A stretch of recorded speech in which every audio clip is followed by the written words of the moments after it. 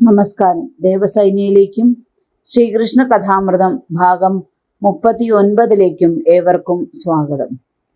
കാളിയമർദ്ദനവും ദാവാഗ്നിപാനവും കഴിഞ്ഞ് അതിസന്തുഷ്ടരായ വ്രജവാസികൾ ശ്രീകൃഷ്ണന്റെ മഹിമയെ കീർത്തിച്ചുകൊണ്ട് ഗോകുലത്തിലേക്ക് മടങ്ങി വന്നു.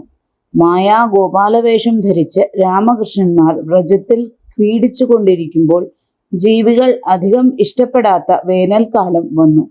എന്നാൽ രാമകേശവന്മാരുടെ സാന്നിധ്യ വിശേഷത്താൽ വൃന്ദാവനത്തിൽ ഗ്രീഷ്മവും വസന്തവും പോലെ സർവപ്രാണികൾക്കും ഹിതകരമായിരുന്നു. ഒരിക്കലും പറ്റാത്ത കാട്ടാറുകൾ ആ പ്രദേശങ്ങളെയെല്ലാം സസ്യസമൃദ്ധമാക്കി. സൂര്യതാപം ഒരിടത്തും അനുഭവപ്പെട്ടില്ല.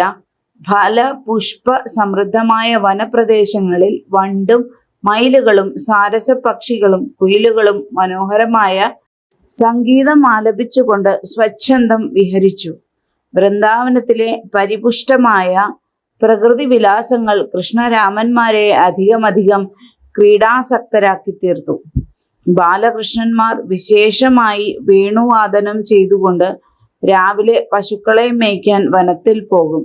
വനത്തിൽ നിന്ന് കാട്ടുപൂ, ഇളന്തളിർ, മയിൽപീലി, പുഷ്പമാല, മനയോല എന്നിവ സമ്പാദിച്ച് തന്നെത്താൻ അലങ്കരിച്ചുല്ലസിച്ച് കളി തുടങ്ങും.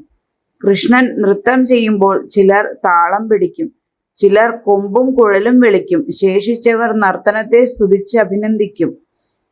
സർവേശ്വരൻ ഗോപാലവേഷം കെട്ടിക്കളിക്കുമ്പോൾ നിന്തിരുവടിയെ സേവിക്കാൻ ഗോപാലരായി ജനിച്ച ദേവന്മാർ അത് നോക്കി ഹാർദവമായി പ്രശംസിക്കും.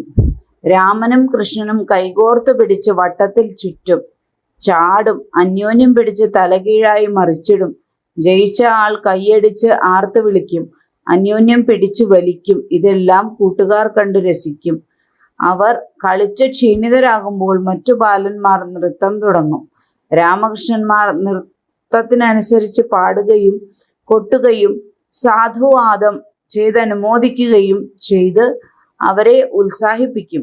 ചിലപ്പോൾ ബില്വഫലങ്ങൾ പരസ്പരം എറിഞ്ഞ് പിടിച്ച് കളിക്കും. ചിലപ്പോൾ നെല്ലിക്ക വാരിപ്പിടിച്ച് ശരിയായി എണ്ണം പറയുന്നവൻ ജയിച്ചു, മറ്റവൻ തോറ്റു എന്നിങ്ങനെ കളിക്കും. തൊട്ട് കളിക്കും, കണ്ണുകെട്ടി കളിക്കും.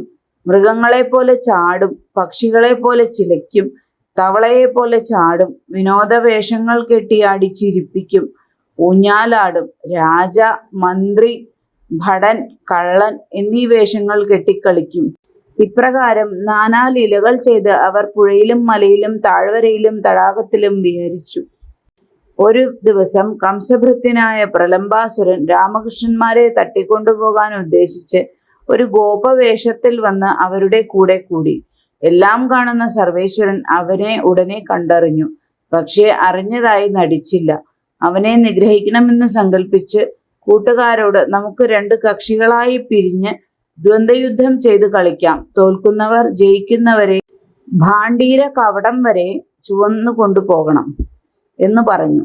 അതനുസരിച്ച് കൃഷ്ണന്റെയും രാമന്റെയും നേതൃത്വത്തിൽ ഗോപാലന്മാർ 2 കക്ഷികളായി തിരിഞ്ഞു. ശ്രീതാമാവ്, വൃഷൻ മുതലായവർ രാമന്റെ പക്ഷത്തിലും പ്രലംബനും ഭദ്രസേനനും മറ്റു ചിലരും ശ്രീകൃഷ്ണന്റെ പക്ഷത്തിലും ചേർന്നു. ഭക്തന്മാരോടുള്ള ദ്വന്ദ്വയുദ്ധത്തിൽ ഭക്തദാസൻ തോറ്റു. പ്രഭു ശ്രീതാമാവിനെയും ഭദ്രസേനനെയും പ്രലംബൻ രാമനെയും ചുമന്നുകൊണ്ട് കരാർ അനുസരിച്ച് ഭാണ്ഡീര കവടം വരെ പോയാൽ മതി. പക്ഷേ പ്രലംബൻ ക്ഷണത്തിൽ അവിടവും കടന്ന് ആകാശത്തിലേക്ക് ഉയർന്നു. അപ്രതീക്ഷിതമായ ഈ കപട തന്ത്രം കണ്ട ആദിശേഷനായ ഭഗവാൻ ബലരാമൻ മനുഷ്യബുദ്ധ്യ ആദ്യമൊന്നു ഭയന്നെങ്കിലും ഉടനെ കാര്യം മനസ്സിലാക്കി. പെട്ടെന്ന് സ്വശരീരം ബലരാമൻ മഹാമേരുവിന് തുല്യം ഘനമുള്ളതാക്കി. ആ ഭാരം താങ്ങാനാവാതെ കപടവേഷധാരിയായ പ്രലംബന്റെ വേഗം ശമിച്ചു. മായാ ശരീരം കൊണ്ട് രാമനെ വഹിക്കാനാവുന്നില്ലെന്ന് തോന്നിയ അസുരൻ തന്റെ നിജമായ അസുരരൂപം കൈക്കൊണ്ടു. മിന്നൽ പ്രഭ പോലെ ശോഭയാർന്ന ബലരാമനെ വഹിച്ചുകൊണ്ട് നടന്ന പ്രലംബാസുരൻ ചന്ദ്രനെ വഹിക്കുന്ന കാർമേഘം പോലെ ശോഭിച്ചു.